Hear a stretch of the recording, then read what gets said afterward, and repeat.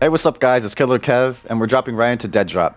Today we got an epic one for all you Deadrop newbies out there, as I share some killer tips and tricks to up your game. But before we leak these tips and tricks, please don't forget to subscribe and hit that like button, as it really helps support the channel. Only if you want to though, but also, thank you. Tip number 1, you really want to lower your in-game graphics settings. This game is very much in pre-alpha, so there would be a bunch of issues and bugs. So head on over to your settings tab and go to graphics. I would highly suggest changing your screen mode to full screen to get the max FPS possible. For resolution, use whatever your monitor is set to. FOV is obviously preference, but I like to keep mine at 120 FOV so I can see a lot more. Putting the quality to low to get more FPS and having smoother gameplay. And lastly, I would set the render quality to between 50 to 70. You still want the game to look good, so turning it down all the way would just look horrible. And then make sure you save your changes by clicking the back button. Tip number 2 is changing your in-game name. This should have been the first tip, but oh well. You can do this right on the Midnight Society website. From there, log in and click the claw symbol at the top right and click profile. Click the edit button like I'm showing you on screen and change your name to whatever you'd like and hit submit. So I'm changing my name to the 2 times since I've already killed Doc in-game twice just to show him who's boss. So splitting ammo and bandages is really odd, but that's okay because I'm sure they'll eventually fix it. To do this, you have to left click and then drag the item into an empty slot. While you're still dragging it, hold control and then release. I know it's very weird, but it's left click, drag to next slot while still holding item, hold control and then release. And yes, you can do this in game too if you need to split ammo or bandages with your teammates.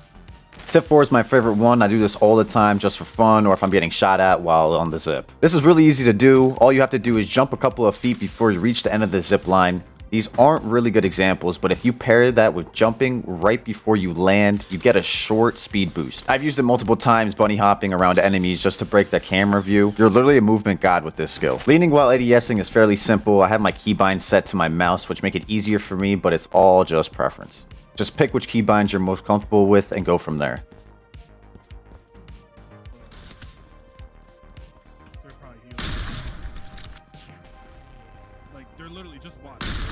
Joker's dead. Stowing your weapon is as easy as killing Doc at his own game. I believe it's already keybind to your X button, but you can also change that up if you'd like. I always see enemies running away with their gun out while I'm shooting at them, and it just makes them much slower. Tip number 7 was introduced in Snapshot 6, which myself and others really love. All you have to do is when you kill someone in game, their bag drops. Run over to that bag and press F to carry it. Find a safe spot, and there you go. Holding F will show you what they had in their bag so you can just take from.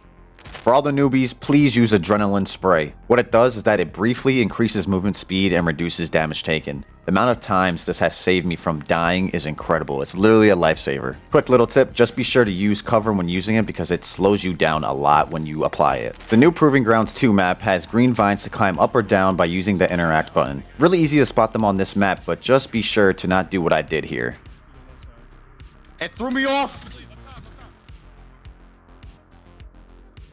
Lastly, tip number 10. Saving space in your stash and in-game is a life changer. Since you can't start a game if your stash is over 250, so a way to cheat it is by shift-clicking on a weapon in your stash and putting on every attachment you can. This will lower the items in your stash so that you can keep on gaming. You can do the same in-game by dragging attachments to the weapon to fill more into your bag, so then you can extract with more items.